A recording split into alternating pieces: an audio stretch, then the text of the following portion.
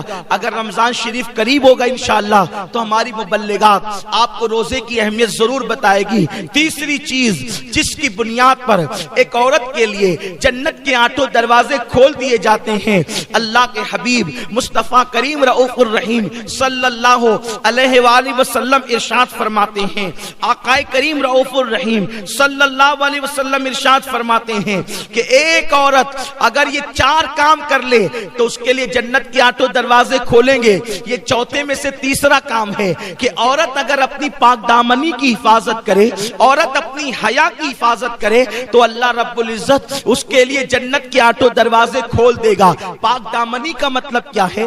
حیا کا مطلب کیا ہے؟ آج کل عورتوں کا حال یہ ہے، لڑکیوں کا حال یہ ہے کہ وہ بے پردہ گھوم رہی ہیں، اللہ اکبر، نامحرم مردوں سے بات کر رہی ہیں، بہت ساری بچیوں کا حال تو یہ ہے کہ وہ سیریل دیکھ کر، فلمیں دیکھ کر کسی مرد سے ناجائز تعلقات بھی قائم کر لیتی ہیں، فون پر لمبی لمبی گفتگو، ناجائز تعلقات، محفلوں کے اندر جانا اور اس میک اپ کے ساتھ جانا کہ ولیمے میں جاؤں گی تو لوگ مجھے دیکھیں گے اور میرے حسن کی تعریف کریں گے، میں شادی میں جاؤں گی میک اپ کر کے تو لوگ مجھے دیکھ کر میرے حسن کی تعریف کریں گے، چھوٹی آستینوں کے کپڑے پہننا۔ اے خاتون جنت رضی اللہ تعالیٰ عنہ کی کنیزوں، ایک عورت کے لیے سب سے بڑی سعادت پردے کی پابندی ہے۔ سیدہ کائنات ملکہ فردوس بری سیدہ فاطمہ الزہرا سلام اللہ علیہا سے پوچھا گیا ایک عورت کے لیے بہترین چیز کیا ہے؟ دراصل بات یہ ہوئی کہ اللہ کے محبوب صلی اللہ علیہ وسلم مسجد نبوی شریف کے اندر جلوگر تھے۔ آقا کریم صلی اللہ علیہ وسلم نے ایک دن صحابہ سے سوال کر لیا، اے میرے صحابہ یہ بتاؤ کہ عورت کے لیے بہترین چیز کیا ہے؟ سب سے بہترین سرمایہ عورت کے لیے کیا ہے؟ کسی صحابی نے کچھ کہا، کسی صحابی نے کچھ کہا، کسی صحابی نے کچھ کہا، ہر صحابی اپنے اپنے طور پر آقا کو جواب دیتے رہے، مگر میرے آقا صلی اللہ علیہ وسلم نے اس جواب کو مکمل صحیح قرار نہیں دیا۔ مولا کائنات شیر خدا علی مرتضیٰ اپنے گھر کسی کام سے تشریف لے گئے اور جب گھر گئے تو سیدہ کائنات سیدہ فاطمہ الزہرا سے کہنے لگے، فاطمہ رسول پاک نے آج ہم لوگوں سے سوال کیا ہے عورت کے لیے بہترین چیز کیا ہے، عورت کے لیے بہترین سرمایہ کیا ہے؟ ہر صحابی اپنے اپنے طور پہ جواب دے رہا ہے، لیکن حضور علیہ السلام کسی کے جواب کی تصدیق نہیں فرماتے۔ ذرا تم ہی بتا دو کہ عورت کے لیے بہترین سرمایہ اور سب سے بہترین چیز کیا ہے؟ تو سیدہ فاطمہ کہنے لگی، اے علی رسول پاک سے جا کر کے عرض کر دو عورت کے لیے بڑا سرمایہ یہ ہے کہ عورت نہ کسی مرد کو دیکھے نہ کوئی مرد کسی عورت کو دیکھے، یہ سب سے بڑا سرمایہ ایک عورت کے لیے ہے۔ مولا کائنات تشریف لائے، عرض کیا یا رسول اللہ صلی اللہ تعالی علیہ وسلم آپ کے سوال کا جواب میں دینا چاہتا ہوں۔ آقا سے عرض کیا، آقا عورت کے لیے سب سے بہترین سرمایہ یہ ہے کہ کسی عورت کو کوئی مرد نہ دیکھے اور نہ کوئی مرد کسی عورت کو دیکھے، نہ عورت کسی مرد کو دیکھے۔ اللہ اکبر! اتنا سننا تھا، حضور کے چہرے پہ خوشی کے آثار ظاہر ہو گئے۔ فرمایا علی تم نے صحیح جواب دیا، لیکن پہلے یہ تو بتاؤ یہ جواب تمہارا ہی ہے یا کسی اور نے یہ جواب دیا ہے؟ تو مولا کائنات نے عرض کیا، یا رسول اللہ میرے ماں باپ آپ پہ قربان، یہ جواب آپ کی بیٹی فاطمہ نے دیا ہے۔ میرے پیارے آقا صلی اللہ علیہ وسلم کی کنیزوں، مجھے بتاؤ ایک عورت کتنی بھی بڑی نمازی بن جائے، ایک عورت کتنی بڑی روزے دار بن جائے، ایک عورت کے ہاتھ میں رات و دن تسبیح رہے، ایک عورت روزانہ قرآن کی تلاوت کرے، اگر وہ مردوں سے نہیں بچتی تو وہ عورت کامیاب عورت نہیں ہو سکتی، وہ عورت بہترین عورت نہیں ہو سکتی۔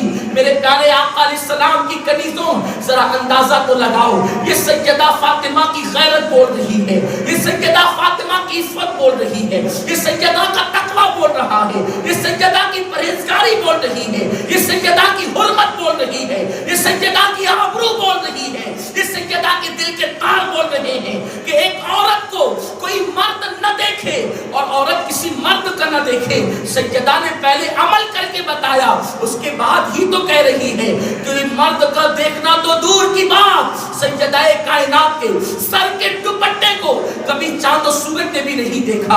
اے خاتون جنت رضی اللہ تعالی عنہ کی کنیزوں، تو میرے آقا صلی اللہ علیہ وسلم فرماتے ہیں اگر عورت اپنی حیا کی حفاظت کرے، پاک دامنی کے ساتھ زندگی گزارے، پردے کی پابندی کے ساتھ زندگی گزارے، اللہ اس کے لیے جنت کے 8 دروازے کھول دے گا۔ لیکن افسوس کی بات یہ ہے آج کل کی بچیاں فیشن کے نام پر آدھی آستین کے کپڑے پہنتی ہے۔ اس سے پہلے بھی یہ مسئلہ بتایا جا چکا ہے کہ کوہنی کے اوپر کا حصہ ایک جوان لڑکی اپنی ماں کو بلا عذر شرعی نہیں دکھا سکتی۔ مجھے بتاؤ جب کوہنی کے اوپر کا حصہ جب ایک لڑکی جوان ہو کر اپنی ماں کے سامنے بلا عذر شرعی کھول نہیں سکتی، تو جو بچیاں آدھی آستین کے کپڑے کوہنی کے اوپر کے کپڑے پہن کر کبھی اللہ اکبر فلموں میں جا رہی ہیں، کبھی ولیموں میں جا رہی ہیں، کبھی شادیوں میں جا رہی ہیں، کبھی میت میں جا رہی ہیں، بتاؤ ان کا انجام کیا ہوگا، ان کا حال کیا ہوگا؟ یاد رکھیں آج کل کے مرد ہو یا عورت، اپنی اپنی طبیعت کے مطابق لوگ زندگی گزارتے ہیں اور لوگ سوچتے ہیں ہمیں کون کیا کر لے گا. ہم کہتے ہیں کوئی کچھ نہیں کرے گا، لیکن اللہ نے جو دنیا میں اتارا ہے، اللہ تم سب کو دیکھ رہا ہے، اللہ تم سب پہ کڑی نگرانی کر رہا ہے. ان اللہ کان علیکم رقیبا، اللہ تم سب پر نگرانی کر رہا ہے. ہوا معکم اینما کنتم، تم جہاں کہیں ہو تمہارا اللہ تمہارے ساتھ ہے. آج قدرت نے تمہیں چھوٹ دی ہے، آج اللہ نے ہم سب کو چھوٹ دی ہے، جو چاہو کر لو. لیکن جب تم اس دنیا سے کوچ کر جاؤ گی، جب تمہارے جسم کا تعلق تمہاری روح سے ٹوٹ جائے گا، اس وقت نہ تمہارا حسن رہے گا نہ جمال رہے گا، نہ تمہاری عمارتیں رہے گی نہ تمہارے کپڑے رہیں گے، نہ تمہارے زیور رہیں گے نہ تمہارے مکانات رہیں گے، نہ شوہر کا پیار ہوگا نہ ماں کی شفقتیں، نہ باپ کی محبتیں، نہ بھائیوں کا جمگٹا، نہ سہیلیوں کا سرکل رہے گا، کچھ نہیں رہے گا. ہر انسان کو اپنی قبر میں اکیلے جانا ہے، اللہ کو منہ دکھانا ہے. اے لوگو، اے خواتین اسلام، اگر تم نے اللہ کی نافرمانی کی، اپنی پاک دامنی کی تم نے حفاظت نہیں کی، اپنی حیا کی تم نے حفاظت نہیں کی، ایک سیریل کی اداکارہ، ایک فلم کی اداکارہ، ایک ہیروئن کے نقش قدم پر تم چلتی رہی، تو اللہ کا عذاب بڑا سخت ہے. میرا کریم فرماتا ہے ان بطش ربک لشدید، تیرے رب کی پکڑ بڑی سخت ہے. تم نے کیا سمجھ رکھا ہے کہ تم جو کر رہے ہو اللہ اس سے ناراض نہیں ہوتا، اللہ وہ نہیں دیکھتا؟ یقیناً اللہ سب کچھ دیکھتا ہے. اس لیے میں اپنی بہنوں سے کہتا ہوں، 2 دن کی دنیا کے اندر عیش مت کرو، 2 دن کی دنیا کے اندر عیاشیوں کی طرف نہ جاؤ، 2 دن کی دنیا کے اندر بے حیائیوں کی طرف نہ جاؤ، 2 دن کی دنیا کے اندر بدکاریوں کی طرف نہ جاؤ. اے خاتون جنت کی کنیزوں، کوئی بال کی لالچ دے پھر بھی نہ پھسلنا، کوئی زیور کی لالچ دے پھر بھی نہ پھسلنا، کوئی اللہ اکبر بڑے سے بڑا لالچ دے، کوئی شادی کی لالچ دے پھر بھی نہ پھسلنا. اس کی وجہ یہ ہے کہ دنیا 2 دن کی ہے. میری بہن، اگر کوئی زیور دے گا، مرنے کے بعد زیور بھی یہیں رہ جائے گا. کوئی مال دے گا، موت کے بعد مال بھی یہیں رہ جائے گا. اور اگر کوئی شوہر بن جائے گا تو مرنے کے بعد شوہر بھی تو یہیں رہ جائے گا. لیکن اللہ کی بارگاہ میں تو تم کفن میں اپنے اعمال لے کر کے جاؤ گی. اپنے آپ کو سنوارو، اللہ کو راضی کرنے کی کوشش کرو، اس تصور کے ساتھ زندگی گزارو کہ مجھے ایک جنتی عورت بن کر دنیا سے جانا ہے، مجھے ایک جنتی عورت بن کر کے دنیا سے کوچ کرنا ہے.